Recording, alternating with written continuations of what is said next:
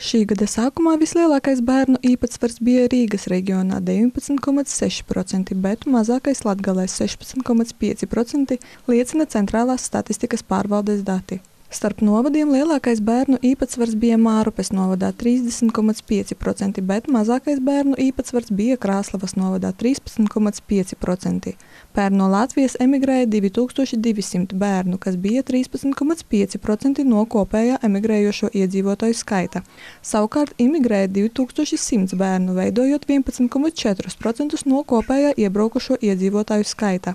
2022. gadā tie bija 13,2%, kad pieaugumu imigrācijā veidoja Ukrainas valsts piederīgie. Šī gada sākumā no visiem bērniem 96,3% bija Latvijas pilsoņi, 0,5% Latvijas nepilsoņi un 3,2% citu valstu pilsoņi. Pēc etniskās piederības 70% bērnu bija latvieši, 12,7% krievi, 2,1% ukraiņi, 0,6% poļi, 0,5% baltkrievi un 14,1% bērnu bija cita etniskā piederība. Bērnu skaitā 94,7% bērnu dzimuši Latvijā, kam seko 2% bērnu, kuri dzimuši Ukrainā, 1,3% apvienotajā karalistē, 0,3% Īrijā un Krievijā. Valsts kontrole revīzijā konstatējusi virkni problēmu attiecībā uz darbībām, ko Satiksmes ministrija, Autotransporta direkcija un Sabiedriskā transporta padome veic, lai attīstītu sabiedriskā transporta pakalpojumu reģionālās nozīmes maršrutos.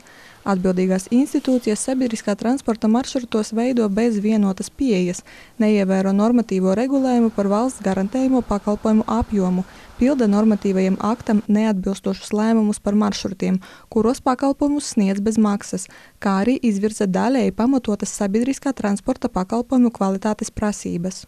Pašreizējā kārtība neveicina pasažieru pārsēšanos no privātā transporta uz konkurētspējīgu sabiedrisko transportu plānotajā apjomā. Turklāt izvirzītās kvalitātes prasības netiek efektīvi kontrolētas. Kontroles netiek veiktas plānveidīgi un tajās tiek izmantota kļūdaina iekšējās datubāzes informācija. Tā secinājuši revidenti. Piemēram, par 13 autobusiem datubāzē norādīts, ka tie ir aprīkoti ar personu ar īpašām vajadzībām pārvadāšanai, lai gan tiem šāda aprīkojuma nav. Augšdaugavas novada pašvaldības skolēnu pārvadājumiem par 337 000 eiro iegādājušies 4 autobusus. Līgums par 4 autobusu Renault Master iegādi Augšdaugavas novada vajadzībām noslēgts vēl pagājušajā gadā. Tos izmantos skolēnu pārvadājumiem. Līguma kopējā summa ir 337 000 eiro. Viena autobusa cena nedaudz pārsniedz 84 000. Pēc priekšsēdētāja Arvīda Kucina vārdiem, ņemot vērā skolēnu skaita samazināšanos, jaunie 19 vietīgie autobusi tiks izmantoti maksimāli lietderīgi.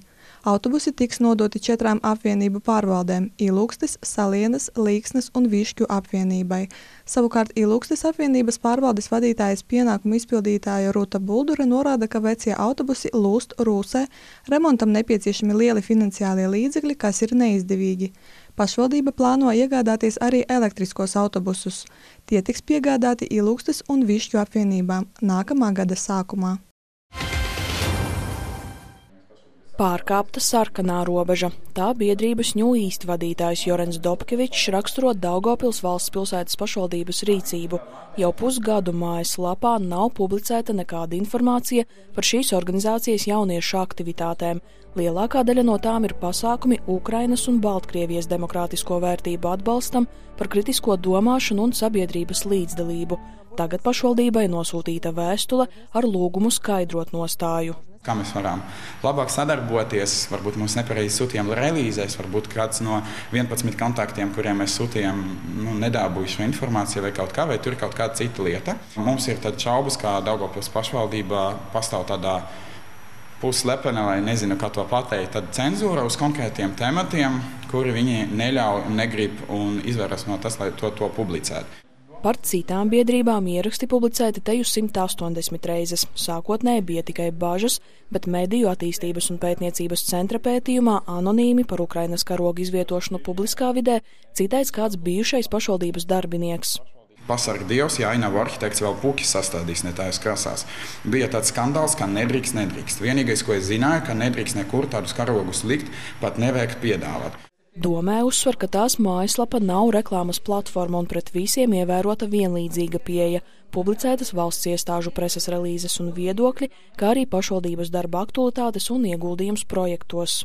Mums ir sabiedrisko organizāciju atbalsta fonds, kur biedrības un nodibinājumi saņem finansējumu kādām aktivitātēm. Un tur, kādreiz, ja tiek iesūtīta preses relīze par šīm aktivitātēm, tad mēs šo informāciju, protams, publicējam, jo tur mēs esam snieguši savu finansiālo atbalstu. Ja jūs tagad mēģināt mums pateikt par to, ka ir kaut kādas tēmas, kuras mēs nepublicējam, tad tādu nav. Tikmēr biedrībai New East sociālajos tīklos atbalstu paudušas arī citas nevalstiskas organizācijas, norādot, ka Daugavpils mājaslapā trūkst informācijas par notikumiem Izrēlā un citiem tematiem. Šie temati, kas saistās ar Ukrainu un demokrātisko Baltkrievijas sabiedrību, kas cīnās pret Lukašenko režīmu, tiešām neparādās. Daugavpils domē, tā liekas normāla praksa, tas, manuprāt, nav pieņemami.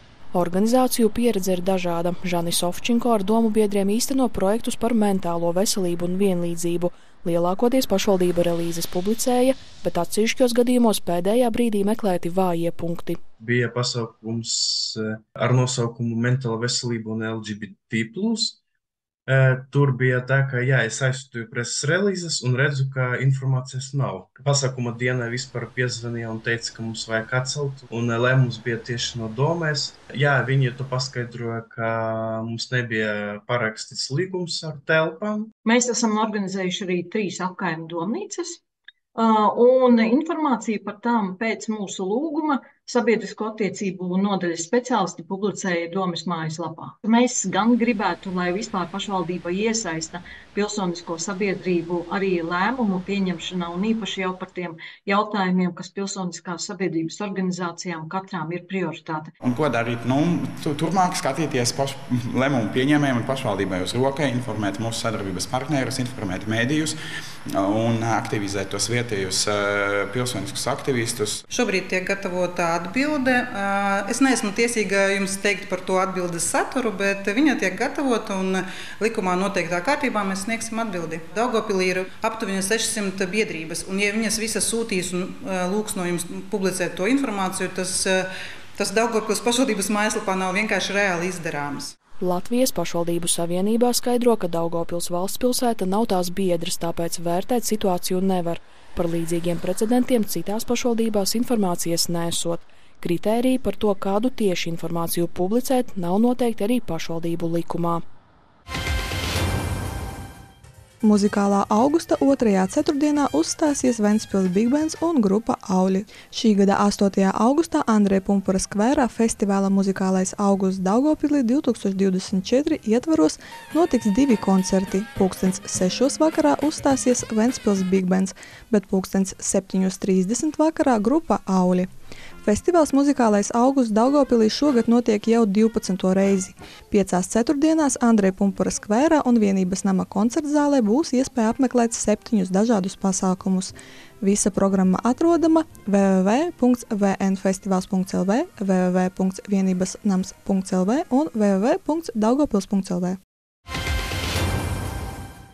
17. augustā Daugavpilī norisināsies pirmais alus festivāls. No 6:00 vakarā līdz 10:30 pilsētas iedzīvotāji un viesi aicināti baudīt alus šķirņu daudzveidību, ļauties enerģētiskiem mūzikas ritmiem Zaļumballē, iepazīt kulināro mantojumu un izbaudīt kopā būšanas prieku Andreja Pumpura skvērā.